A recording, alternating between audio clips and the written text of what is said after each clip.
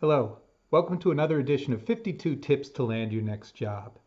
As you're preparing for the interview and you're learning about the company and the industry and, if possible, the interviewer you're going to be speaking with, one of the other critical things you need to be prepared with is to ask good questions. Now, typically this would come at the end of the interview, but a really skilled interviewee will make the interview a conversation and there will be questions going back and forth throughout. However, you do need to have some interview questions planned because when they say at the end, do you have any questions, you really don't want to say no, even if they have answered a lot of them throughout the conversation. So what kind of questions do you want to ask? Well, the first thing you need to know is you need to ask questions that you can't easily find the answer to.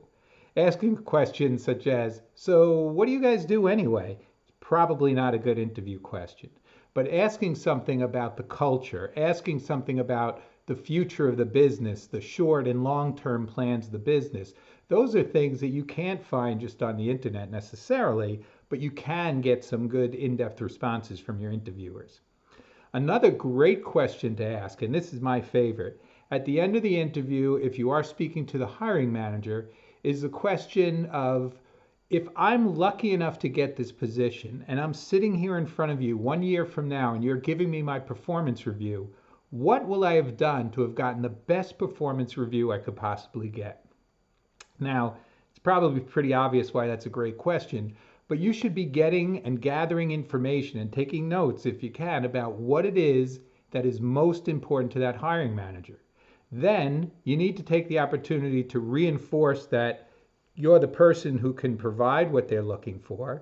You also want to make sure you include some of that in your thank you follow-up note to reinforce again that you're the person for them. And then in any subsequent follow-ups or interviews you might have, you could continue to reinforce those messages. So prepare yourself totally for that interview, not just what you need to know about the company and the interviewer, etc., but also what are the questions you're going to ask throughout that interview and especially at the end. I hope this has been helpful for you. I look forward to coming back to you next week with another tip to help you land your next job. And if you want to talk about your personal job search situation, please feel free to reach out to me at ken@surecoaching.com. I look forward to speaking to you. Until then, be well and take care.